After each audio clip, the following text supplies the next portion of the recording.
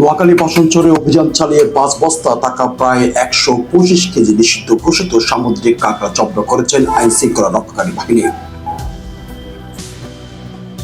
গোপন সংবাদের ভিত্তিতে পরিচালিত এই অভিযান পাচারের উদ্দেশ্য মজুত করা কাঁকড়াগুলো উদ্ধার করা হয়।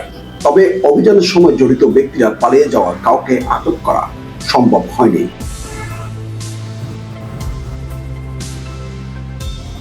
পরে পরিবেশ ও সামুদ্রিক জীব ও বিচিত্র সংরক্ষণের স্বার্থে জব্দ করা জীবিত কাঁকড়াগুলো পুনরায় সমুদ্রে অবমুক্ত করা হয়।